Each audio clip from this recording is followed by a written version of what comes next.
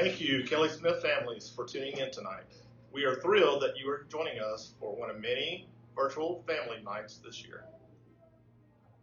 Now we are sending you to Mission Control. Enjoy your evening. We are here at the Mission Control Center at Kelly Smith Elementary. Tonight we will watch students of Kelly Smith launch their handmade rockets into the galaxy. We will explore the science behind the rocket and touch on some interesting facts about space exploration. These one-of-a-kind advanced high-power paper rockets are made specifically for Kelly Smith flight missions. In order for these rockets to launch, each student will need to ignite their inner potential energy. The more kinetic energy you use, the higher your rocket will fly. Hi, this is Rick Cerncy. I'm here checking on Mission Control to see if Kelly Smith is ready for liftoff. I'll be checking in later. There are no astronauts on board for this mission, but by the end of the year, we will be lifting an entire class into space. Interesting that you say that. Mrs. Hudson's class was wondering how astronauts exercise in space. You know we want our recess time. Let's check in with Devin Fox from Sports and Space PGA Tour. It really is hard because you aren't fighting against the forces of gravity. If astronauts didn't exercise in space, their bodies would look like they just laid in bed. Could you imagine? If your space mission was 90 days, your body would look like you hadn't gotten up out of bed for 90 days, not even to eat or go to the bathroom. One of the exercises that astronauts do while they're in space is running. Running exercises all the areas we talked about before, muscles, your heart, and your bones, so it's a great way to stay fit and healthy while in space. NASA astronaut Karen Nyberg did a demonstration of how astronauts run in space, and I want to share some of that with you. The treadmill on the International Space Station moves because it's on a vibration isolation system. When you exercise, your body creates vibrations and forces. And those vibrations, no matter how small, can knock the International Space Station a little bit off course. So this vibration isolation system prevents those vibrations from producing force during exercise and from taking effect on the actual space station. The next thing I want to point out is that the astronauts must wear a harness that kind of looks like a backpack to exercise so that they don't float away from the treadmill. The harness is anchored to the very bottom of the treadmill on the floor using stretchy bungee cords that have chains. And together, the chains and the bungee cords mimic the feeling of gravity that you feel when you're on Earth. It makes the astronaut feel a little heavier and gives them the resistance they need to work their muscles, bones, and heart. The astronauts have personal trainers that monitor their health and fitness and design special workouts every day for them to ensure that they're hitting all of their target health goals. And astronauts don't just run in space. The International Space Station has 3 types of specifically designed machines to give them full body workouts every time: the treadmill, a bicycle, and a weightlifting machine. We talked about the treadmill already, so let's talk about the bike and the weight machine next. The stationary bike doesn't even have a seat. So how do they ride? So it's stationary, no seat? How does it work? They wear special shoes that clip into the bike pedal so that they don't float away from it. They pedal like normal and keep their legs in the same general position that they would use to ride on their own bikes at home. The weightlifting machine has cylinders with no air in them, and that creates a vacuum. The vacuum acts like a force the astronauts must push or pull against in a way that sort of mimics how weights work on the Earth. That gives them enough resistance to stay strong and healthy while in space. I hope I answered your question, and now you know how astronauts exercise in space. That was amazing. Let's check in on our families. Up first are the Dukes.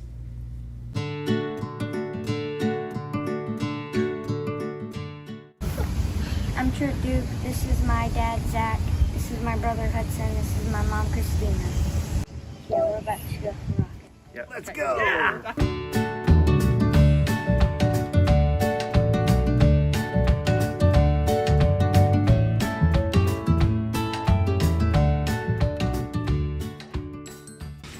Okay, then it says we put our rocket on the, You put the rocket on there.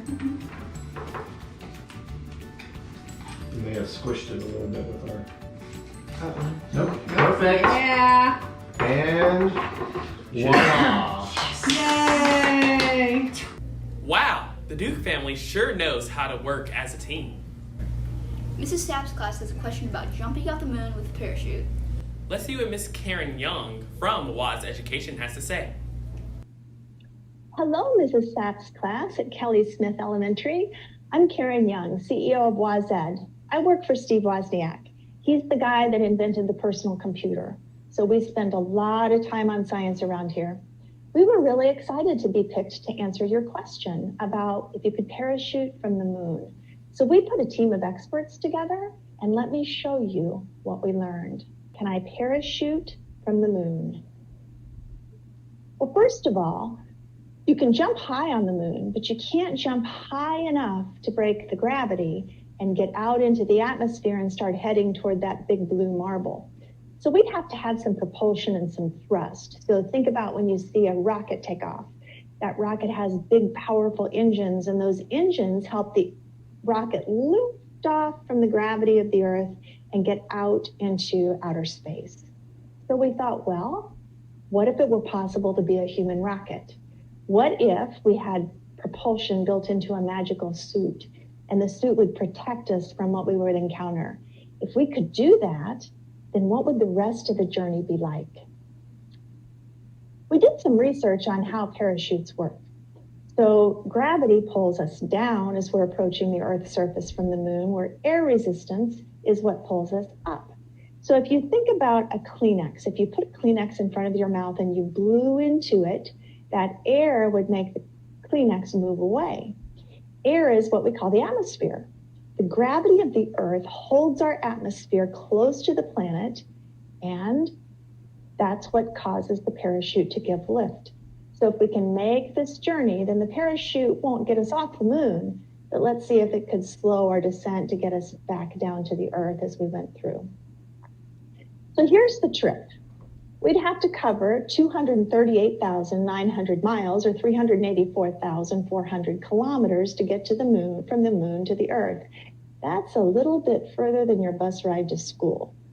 Our parachute wouldn't work because there's no atmosphere or air for the air resistance we talked about to work between those two. We'd have to do what's called free fall, which is just fall toward the Earth and then let the gravity pull us down.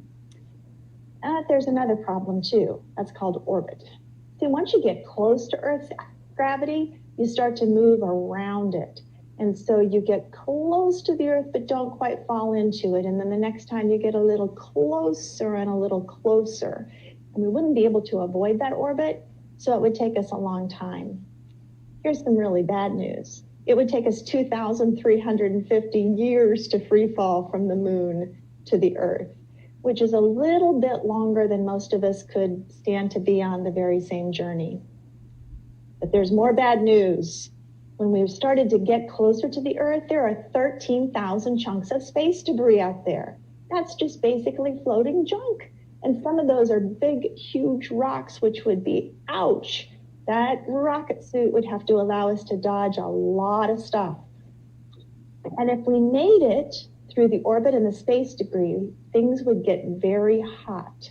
Now remember, we didn't have any atmosphere or air for a big part of this 230,000 mile journey. But once we started to get close to the Earth, gravity would kick in and we'd start to move very fast. And when we moved very fast, that air that we breathe, it's called our atmosphere, would start to cause friction on our rocket suit. If you rub your hands together really quick, you find out that they heat up. That's friction, and that's what happens when we would approach the Earth. But approaching the Earth at the hypersonic speed we'd be traveling means very hot. This is the spaceship Dragon that just returned from the International Space Station, and this is how hot Dragon was as it approached the Earth, which is too hot even for a rocket suit. So the answer to your question is no. We can't parachute from the moon, but we had a wonderful time finding out why. And we want to thank you for giving us the chance to explore this with you.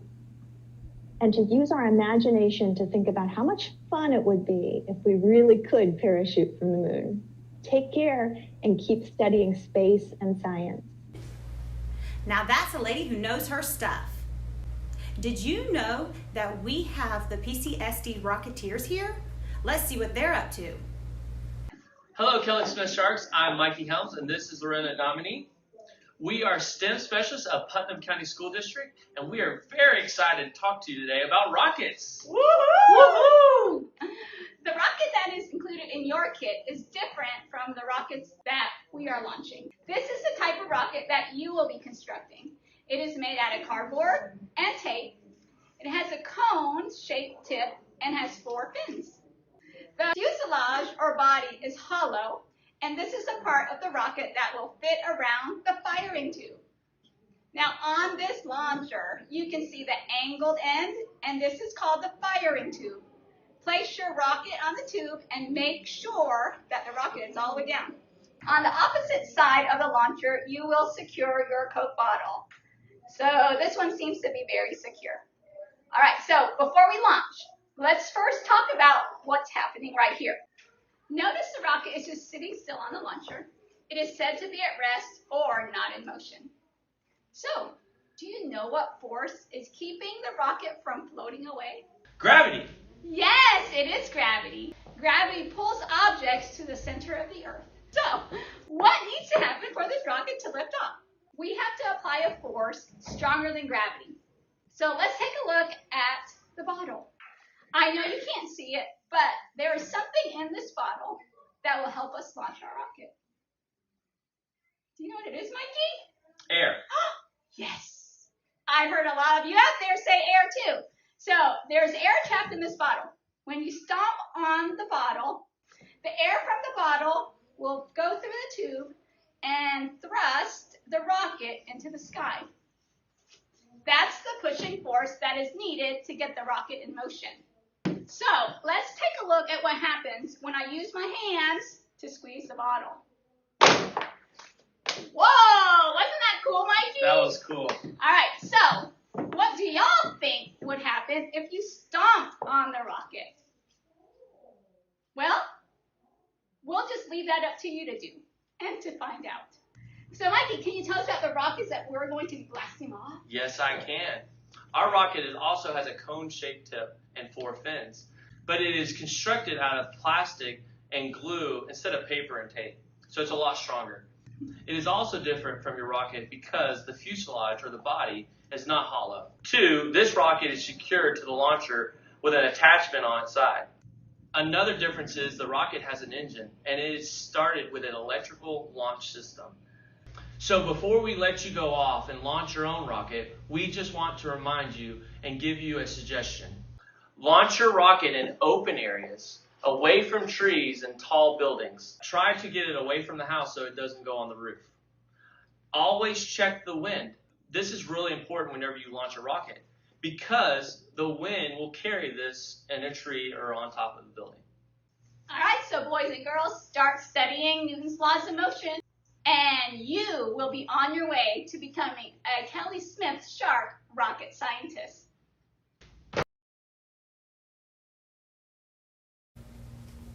Thanks, Rocketeers. I hear that Ibanez Family is working hard.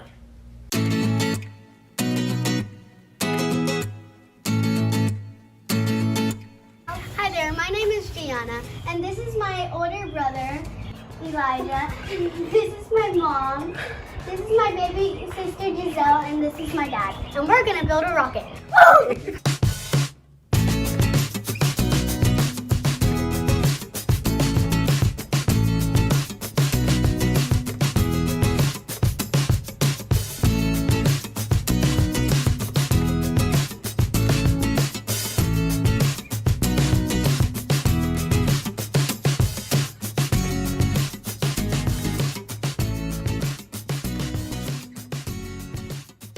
The design of the Ibanez Family rocket is awesome. I can't wait to see how my friends, the Helms, are coming along with their rocket. Hi, my name is Bryson Helm. This is my sister, my mom, and my poppy, and my other sisters. We're about to shoot off a rocket!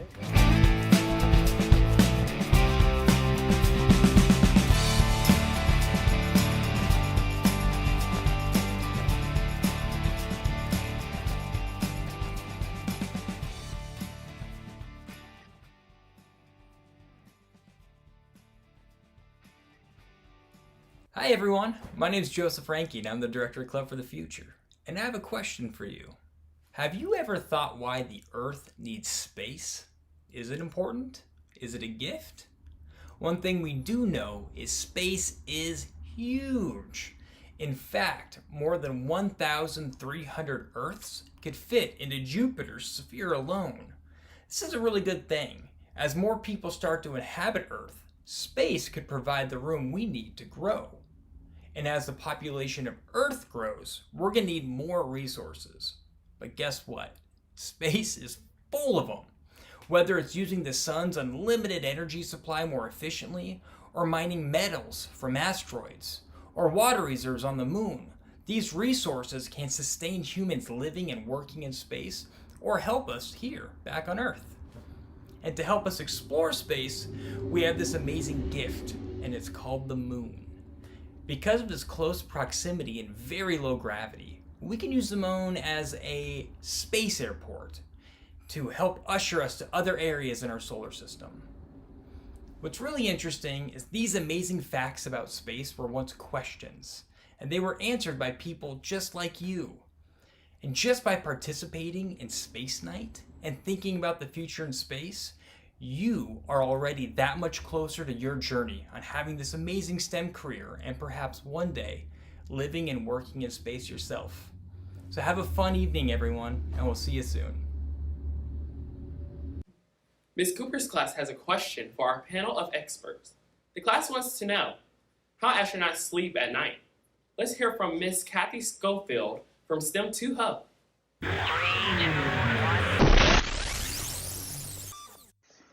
Oh, it's nighttime and I'm getting ready to go to sleep up here in space. And Miss Cooper's class wants to know, how does an astronaut sleep in space? Well, first of all, we don't need to have the space helmet on for sleeping. And that's great because that will make us a whole lot more comfortable. So when I think about going to sleep when I'm on Earth, I get in my bed, I put my covers on, and I'm not worried about floating away like I would be in microgravity. And since in space now there is microgravity, I have got to find another innovative and creative way to sleep. So what that's like for us astronauts is when we go ahead and go to sleep, we're going to be tethered, usually in our sleeping bag, so that our sleeping bag stays on us and so that we're nice and comfortable, and also so that we don't float away, which could happen. Another thing, there's not a lot of room on the space shuttle for us to have rows of big beds taking up all the space. So since there's really no up or down in microgravity, I can sleep in any position. And in fact, I've got a little cubicle where I'll be going to sleep just like this, tethered into my sleeping bag, and I'll be safe and sound and wake up refreshed to start my experiments and learn things about problems we can solve on Earth. So, Mrs. Cooper's class, what a great question. Thank you so much for asking, and I can't wait to hear your ideas about what you can do with access to space. All of our shark families are working really hard to create their new homemade rockets. This lunch is going to be epic.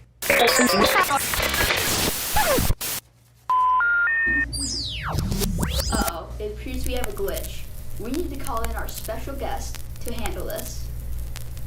I know just the person, Mr. Mike Good from Blue Origin, who has experience in space.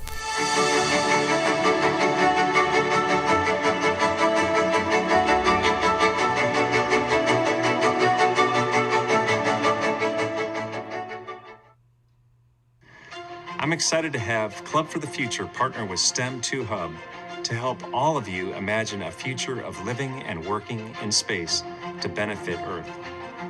As a former astronaut, I've always believed in the value of the space economy. Earth needs the space economy because exploration is a part of the human spirit and will drive us to do exciting new things in the future. Blue Origin is building a road to space, but it's up to you, the next generation, to build the future technologies and businesses that will sustain us and preserve Earth. By joining with us on our first mission and sending a postcard to space, you're helping to pave the way for the new space economy. We're excited to fly your postcards to space aboard New Shepard, a rocket that flies past the internationally recognized line of space, and then send them back to you with a flown-in space stamp. It will be your own space artifact. Thank you for inspiring us by helping to make the future space economy a reality. That was super cool. We have T-minus 60 seconds for launching. Mission Control, do you have a countdown clock ready? Stay tuned to the end of the live stream to see our very own Kelly Smith rocket launched high into the sky. Thanks to Miss Okeson's class who came up with the name for our rocket, Space Shark. Start the countdown, Mission Control. Tonight, you can enter to win a drone for your family. Simply post pictures or videos of your rocket launch on Facebook and tag Kelly Smith. One family will be picked to win. What an evening it has been. Let's get some live feed from our family launches.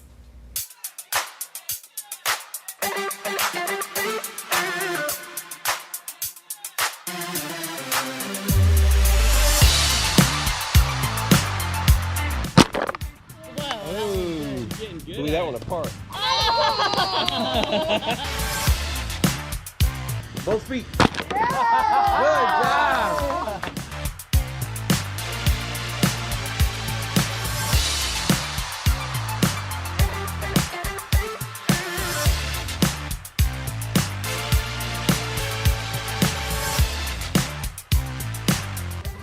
I'm testing. Oh, way better. Yes. Oh! Where is it? It's in the tree. Oh, man, I flew fast.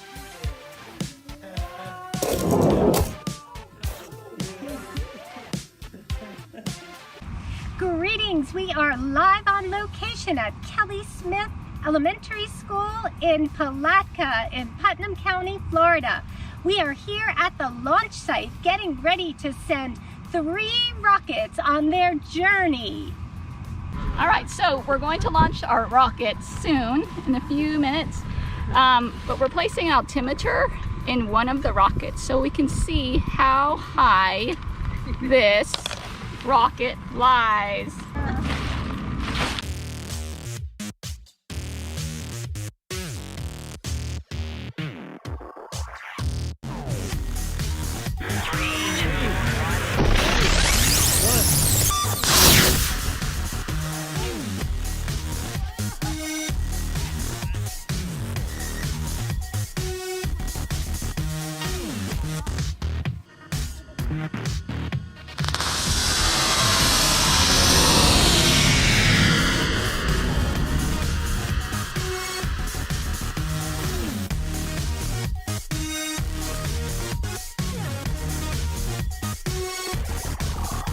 Three, 2, 1.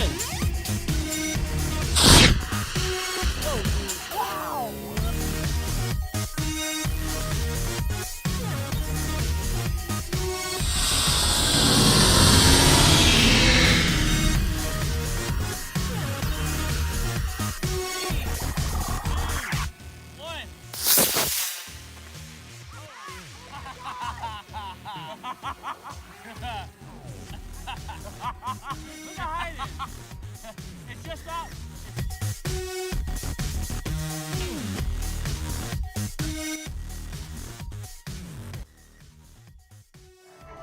One of the purposes of school is to give you the tools you will need for success in the future.